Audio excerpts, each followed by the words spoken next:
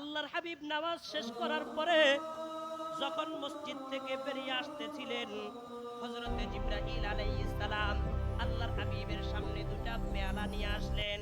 একটা পেয়ালার মধ্যে শরাব ছিল, মদ ছিল, আরেকটা পেয়ালার মধ্যে দুধ ছিল। এই দুইটা পেয়ালা আল্লাহর হাবিবের সামনে আনা হয়েছে। আল্লাহর হাবিব এই দুইটা পেয়ালা থেকে ইচ্ছা করলে যেখান থেকে ইচ্ছা গ্রহণ করতে পারবেন। আল্লাহর হাবিব মদের দিকে না তাকাইয়া দুধটাকে গ্রহণ করলেন। ইখতারতুল লাবানা, আল্লাহর হাবিব বলেন আমি দুধটাকে গ্রহণ করলাম। যখন আমি দুধটাকে গ্রহণ করলাম, জিবরাইল আলাইহিস সালাম আমাকে বলতেছেন হুদিতাল ফিতরাতা, ইয়া নবী আল্লাহ, আপনি ভালো কাজ করেছেন। কারণ আপনি যদি মদের পেয়ালা হাতে নিতেন তাহলে আপনার সমস্ত উম্মত গোমরা হয়ে যাইত। আপনি দুধের পেয়ালাটা হাতে নিয়া আপনি বুদ্ধির কাজ করেছেন। সুবহানাল্লাহ।